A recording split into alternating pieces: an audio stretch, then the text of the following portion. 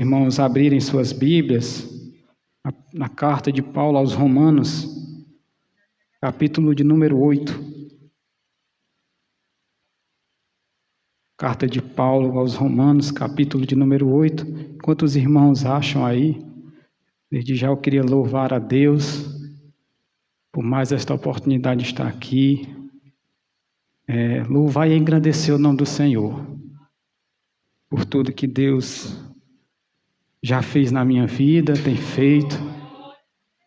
É motivo de muita alegria. Já fazia uns 20 dias que eu não vinha para nenhum culto e eu estava com saudades. O irmão estava falando aqui sobre as tempestades e a gente pode até esperar a tempestade, mas a gente nunca vai estar preparado. E eu passei por uma grande tempestade. Depois, em outra ocasião, pode ser que eu conte o testemunho, mas Deus me deu vitória.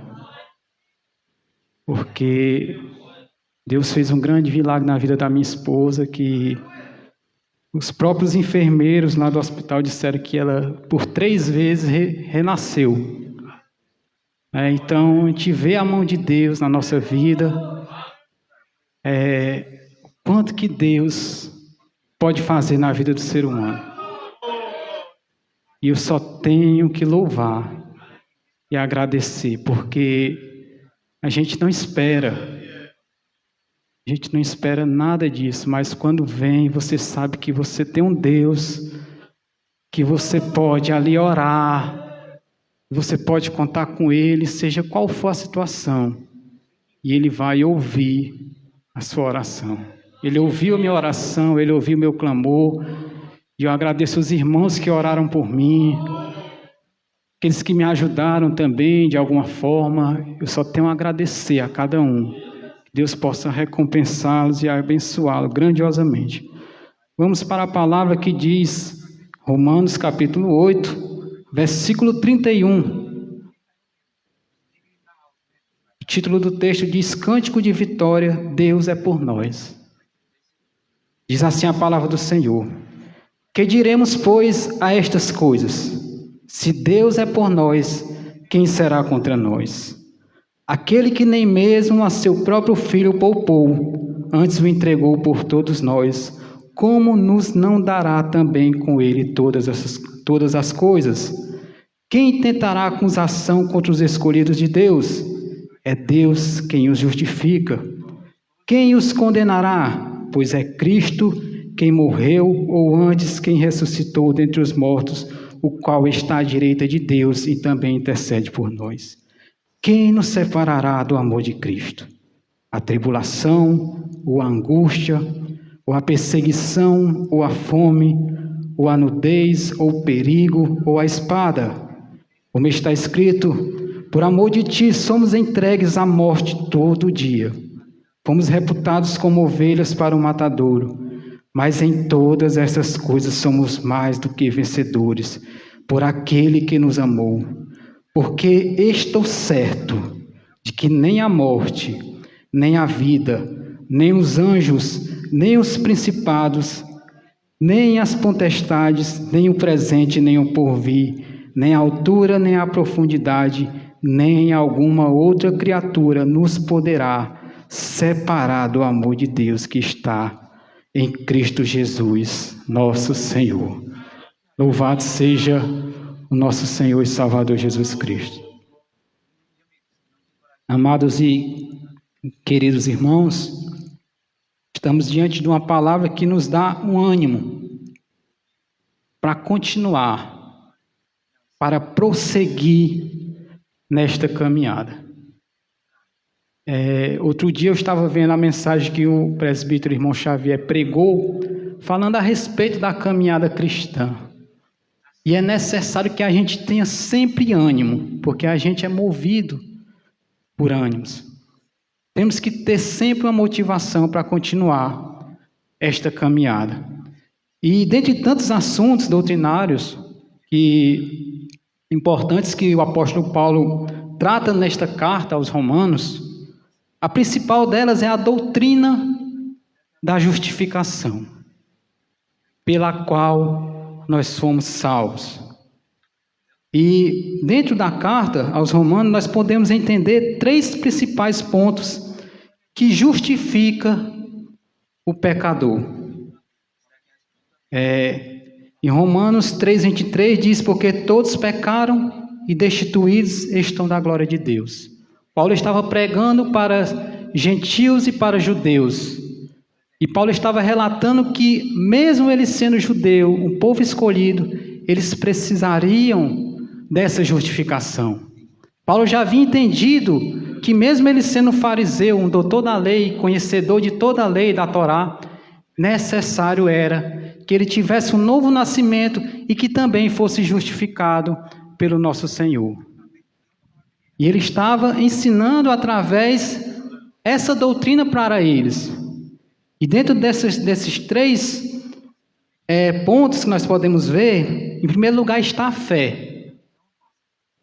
Primeiro ponto para a justificação que o apóstolo Paulo vai falar na carta aos Romanos é a respeito da fé em Jesus Cristo. Em Romanos 5, 1 e 2, Romanos 5 vai dizer: sendo, pois, justificados pela fé, temos paz com Deus por nosso Senhor Jesus Cristo.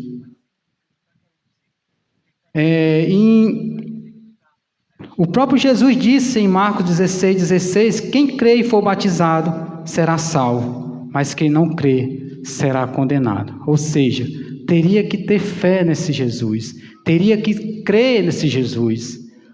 Abraão, pai da fé, a Bíblia diz que ele creu em Deus, e isso foi imputado como justiça. Ele foi salvo pela fé, não foi pelas obras, não era porque ele era uma pessoa boa, nada disso. E o próprio apóstolo Paulo tinha entendido a respeito disso.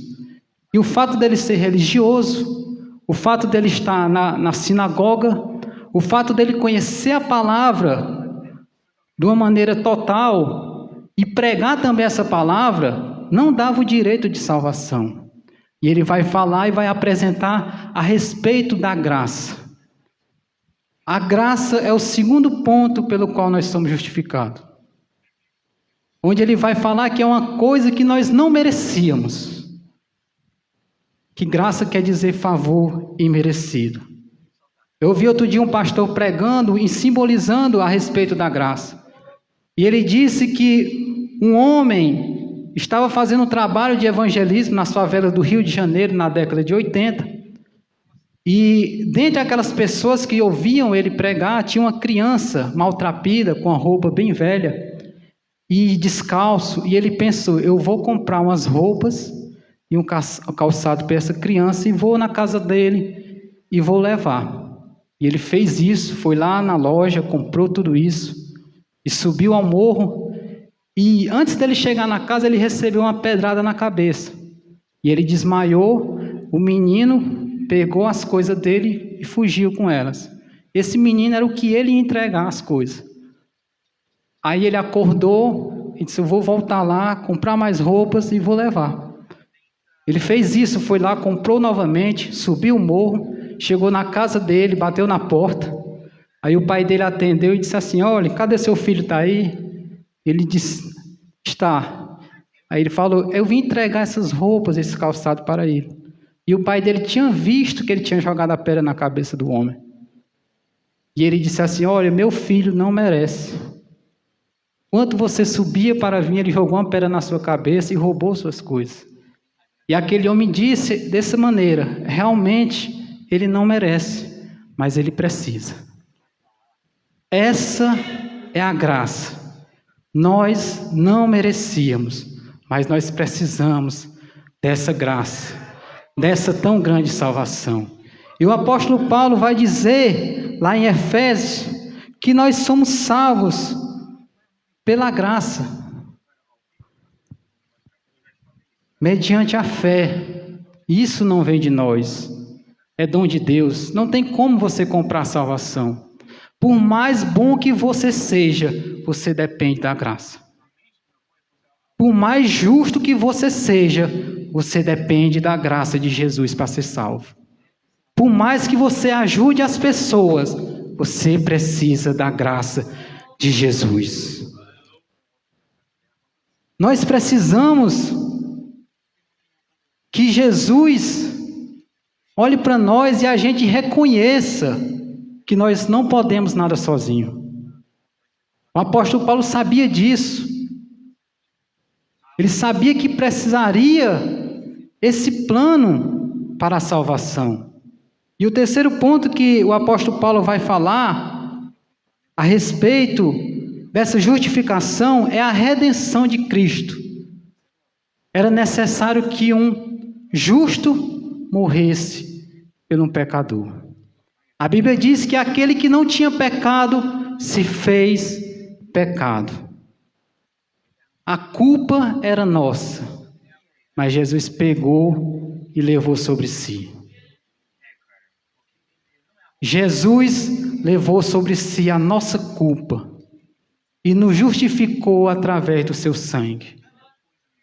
O apóstolo Pedro vai dizer que não foi com coisas corruptíveis como prata e ouro que nós somos comprados da nossa vã maneira de viver, como nós aprendemos de nossos pais, mas com o precioso sangue, como de um cordeiro incontaminado e sem mácula. Pelo sangue de Jesus, nós temos essa justificação. E o apóstolo Paulo, nesse capítulo 8, falando a respeito desta salvação, ele vai nos dar um ânimo, nos dar uma certeza que nós temos que ter desta salvação. Onde no versículo 1 do capítulo 8 ele vai dizer: portanto, agora, nenhuma condenação há para os que estão em Cristo Jesus, que não andam segundo a carne, mas segundo o Espírito. Percebam que ele fala aqui, portanto, agora. Esse advérbio de tempo quer dizer que é para logo. A salvação não é para amanhã, não é para depois, não é para 10 anos, é agora. E logo eu me lembro do ladrão da cruz, quando estava ali, ele, juntamente com outro ladrão e Jesus, e um dos ladrões escarneciam de Jesus, dizendo que se ele fosse o Filho de Deus, ele descesse de lá e salvasse ele e aos ladrões também que estavam ali. E um dos ladrões reconheceu que ele estava ali pelos pecados que ele havia cometido, mas aquele homem, Jesus, não merecia estar naquele lugar. E ele vira para Jesus e diz: Senhor, lembra-te de mim quando entrares em teu reino. E Jesus disse: hoje mesmo estarás comigo no paraíso. Por isso que o apóstolo Paulo diz: portanto, agora nenhuma condenação há para aqueles que estão em Cristo Jesus. Paulo estava falando para um grupo seleto de pessoas salvas, que poderiam ter a certeza que nenhuma condenação tinha mais sobre as suas vidas. Porque o próprio apóstolo Paulo fala que mesmo nós tendo essa graça, nós não podemos fazer e andar de qualquer jeito. Ele pergunta lá no capítulo 6, porventura nós podemos pecar agora porque nós temos essa graça? De maneira nenhuma. Porque agora nós estamos mortos para o pecado. E quem morre para o pecado não tem mais prazer no pecado. Ele não sente prazer em fazer aquilo que desagrada a Deus. E Paulo estava ensinando isso para aqueles que tinham convicção do novo nascimento.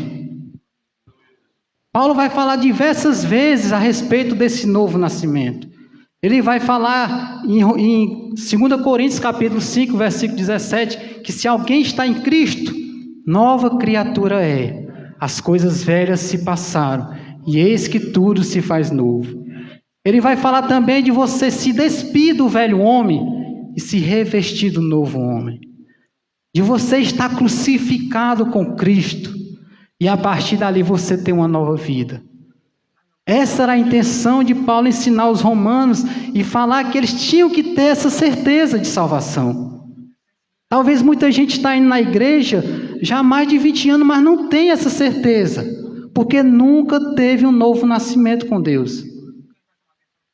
Pessoas que estão indo para a igreja, congregam, mas ainda não têm essa certeza, ainda têm prazer no pecado.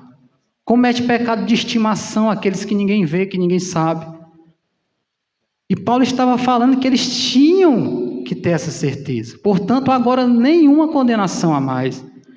E nos versículos que nós lemos esta noite, ele vai falar sobre o canto de vitória, que ele vai falar: que diremos, pois, a estas coisas? Se Deus é por nós, quem será contra nós? Se Deus é por nós.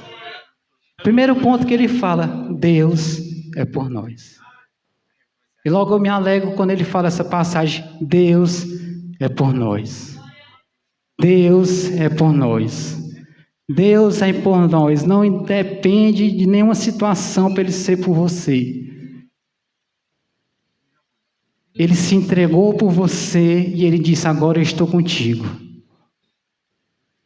Jesus disse: eis que eu estou convosco todos os dias, até a consumação dos séculos. E Paulo vai dizer que Deus é por nós. Se Deus é por nós, quem será contra nós? Que dificuldade que pode te afastar de Deus? O que pode parar o crente?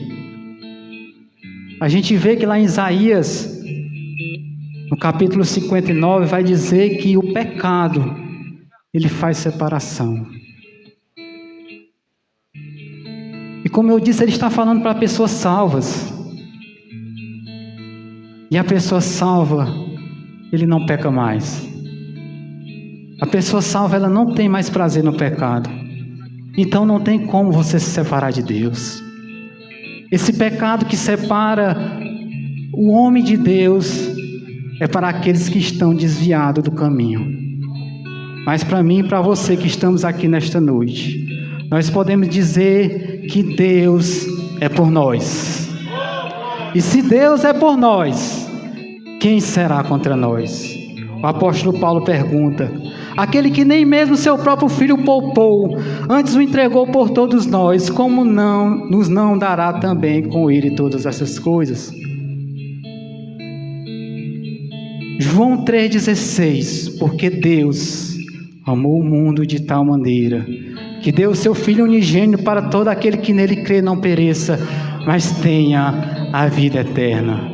O apóstolo Paulo vai dizer que Deus prova o seu amor para conosco, em que Jesus morreu por nós, sendo nós ainda pecadores. Deus não poupou o seu único Filho. Deus entregou Jesus para morrer por você, meu amigo. Para morrer por você, meu irmão. Jesus se entregou para te justificar, para dizer que você não tem mais culpa, para dizer que ninguém pode tentar acusação contra você. E ele vai dizer mais: quem tentará acusação contra os escolhidos de Deus? É Deus quem os justifica. O inimigo quer lhe parar, o inimigo quer dizer que você não pode, que você não vai conseguir, que está difícil, que você tem que parar. Mas Deus é por nós. Deus é quem nos justifica, e ele diz: nenhuma condenação há para aqueles que estão em Cristo Jesus. Quem está com Jesus aqui nesta noite? Quem está com Cristo nesta noite? Nenhuma condenação há mais para você, meu irmão. A partir do momento que você tem a fé, você recebe essa graça, você crê que Jesus é o teu Senhor, é o Senhor da tua vida, você recebe essa salvação. Não importa a situação, como o apóstolo Paulo vai dizer: quem nos separará do amor de Cristo? A tribulação, a angústia, a perseguição, a fome, ou a nudez, ou o perigo, ou a espada. Será que isso pode nos separar de Deus? Será que a pandemia pode nos separar de Deus? Será que as doenças, as tribulações? E Paulo falava isso com prioridade, porque lá em Filipenses 3, 12 e 13 vai dizer: sei estar abatido e sei também ter abundância. Em toda maneira e em todas as coisas estou instruído, tanto a ter fartura como a ter fome, tanto a ter abundância como a padecer necessidade. mas eu posso todas as coisas naquele que me fortalece. Independente da situação, Paulo estava dizendo: você não vai se separar de Deus. Independente da sua condição financeira, você não vai se separar de Deus. Independente da sua saúde, você não vai se separar de Deus. Nada vai te separar do amor de Deus que está em Cristo Jesus. O apóstolo Paulo fala isso. E Paulo passava por tribulações. Não pense os irmãos que Paulo tinha uma vida fácil. Ele sabia o que era isso. Lá em 2 Coríntios capítulo 11 ele vai dizer que ele recebeu dos judeus 5 quarentenas de açoite menos 1. 3 vezes fui açoitado com varas, 1 vez fui apedrejado, 3 vezes sofri naufrágio, 1 noite e 1 dia passei no abismo, em viagens muitas vezes em perigo de rios, em perigo de salteadores, em perigo da minha nação, em perigo dos gentios, em perigo da cidade, em perigo no deserto, em perigos no mar, em perigo entre os falsos irmãos, em trabalhos e fadiga, em vigílias muitas vezes, em fome e sede, em jejum muitas vezes, em frio e nudez, você entende isso? Além das coisas exteriores, me oprime cada dia o cuidado de todos da igreja. Não é fácil, meus irmãos, servir a Deus, mas é prazeroso. Noites intermináveis, noites em oração, dias em jejum buscando. E diferente de Paulo, nós não passamos muito sofrimento assim como ele passou. Foi açoitado, foi picado por serpente. Paulo sabia o que era isso, e por isso que ele dizia que nada. E ele vai dizer: porque eu estou certo que nem a morte, nem a vida, nem os anjos, nem os principados, nem as potestades, nem o presente, nem o porvir, nem a altura, nem a profundidade, nem alguma outra criatura nos poderá separar do amor de Deus, que está em Cristo Jesus nosso Senhor. Nem a morte, meus irmãos, porque quando o crente morre, ele vai de encontro com o Senhor. Aí é que ele vai ficar junto com o Senhor. Se aqui na terra nós não nos separamos dele, imagine quando nós chegarmos lá. Imagine na alegria que nós teremos. Ele vai falar que a tribulação do presente momento não há de se comparar com aquelas que estão por vir. É tribulação, é momento difícil, mas é alegria. É bom servir a Jesus, é bom servir a Deus. E eu não sei a situação que você está passando. Eu passei por uma provação muito grande, mas eu vi que o Senhor estava comigo. Eu vi que Jesus, ele pode fazer aquilo que o homem não pode fazer. Um dia eu disse para Deus: Senhor, um dia eu quero testemunhar das obras que o Senhor faz nas nossas vidas. Mas a gente só pode testemunhar aquilo que vive. E nós não sabemos nem orar como convém. E a minha oração era sempre dizer: Senhor, abençoa este parto. Abençoa que dê tudo certo. E eu nunca disse que seja feita a tua vontade. Eu aprendi a orar, meus irmãos. Porque a nossa vontade, às vezes, não é a vontade de Deus. E eu me vendo naquela situação, eu clamei a Deus. E Deus me ouviu. Era necessário passar por isso. Hoje eu vejo o quanto que Deus quis trabalhar na minha vida. Posso dizer que sou um milagre de Deus. Não só por isso, mas por tudo que Deus já fez na minha vida. Eu estar hoje aqui pregando é uma coisa que eu nunca imaginei. Mas Deus, ele faz coisas em nossas vidas que nós não entendemos. Ele faz muito mais do que nós podemos. ou do que nós queremos, ou do que nós esperamos. E eu te digo esta noite, meu irmão, você que está ouvindo aí pela internet, nada poderá nos separar do amor de Deus. Nada vai te parar, meu irmão. Nada vai te parar. Você começou esta caminhada e o apóstolo Paulo vai dizer lá em Filipenses: o mesmo Deus que começou, Ele há de aperfeiçoar até o dia de Jesus. Até o dia que Jesus voltar, Ele está te aperfeiçoando. Ele está te moldando.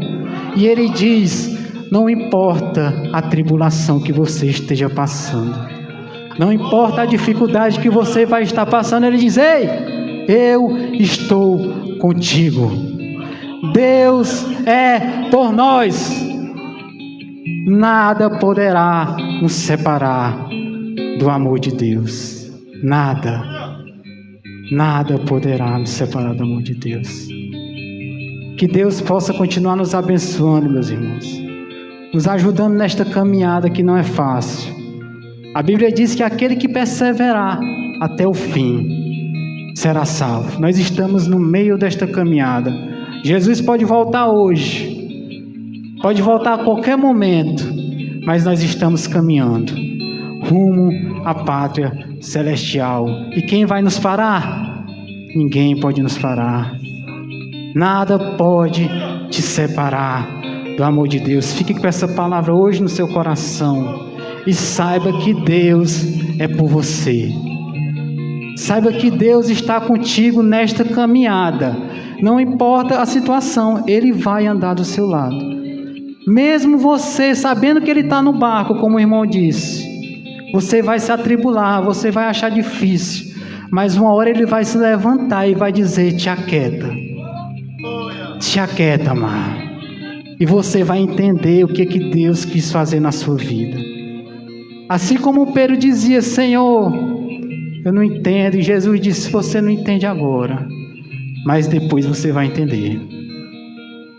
Deus tem um plano na tua vida. Que Jesus nos abençoe. Que Deus nos dê graça para continuar a cada dia mais servindo a Deus com amor, com alegria, com prazer, porque Deus, Ele é por nós. E nada vai te separar desse amor.